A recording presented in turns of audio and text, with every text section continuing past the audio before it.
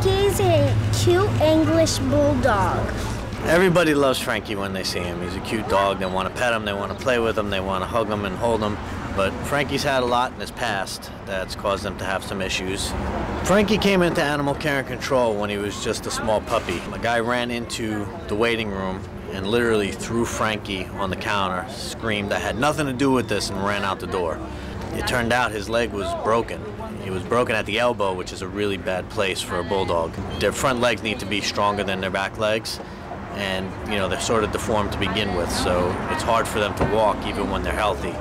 We brought him to one vet who recommended euthanizing him, so we sent him to our specialist in Pennsylvania. He said he could attempt the surgery, but it was unlikely it would be successful. Frankie went through actually 3 different surgeries on that elbow with success. I mean, his leg will never be right, but it's good. I mean, he can survive, he can live this way, he's comfortable, and after a lot of work and many months of rehabilitation, he's now able to move on and go into a home.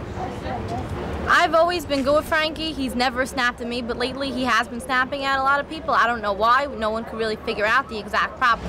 He's what's called a resource guarder, which means that if you put food down, or if, in his case, a toy or a rawhide or anything like that, what he'll do is he'll guard it. And if you go to try to touch those things, he will literally turn around and come at you.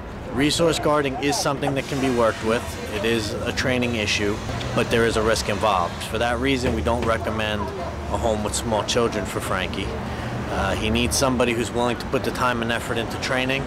If someone definitely went through the right training and right ways of keeping a dog, he'd be great and loyal in a family home. This dog needs a regular regimen of discipline and structure and specific programming in order to retrain him, to kind of condition him, to desensitize him. His other issue is his medical.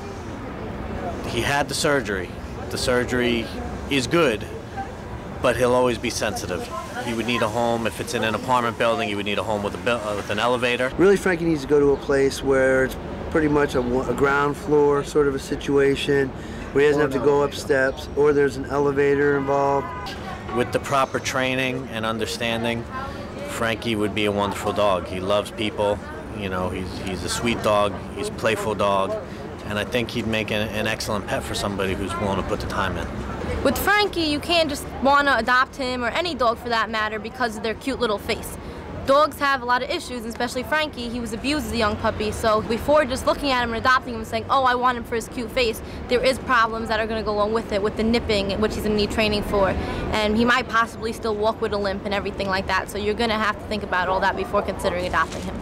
Don't adopt him because he has a cute face. Adopt him only if you want to train him.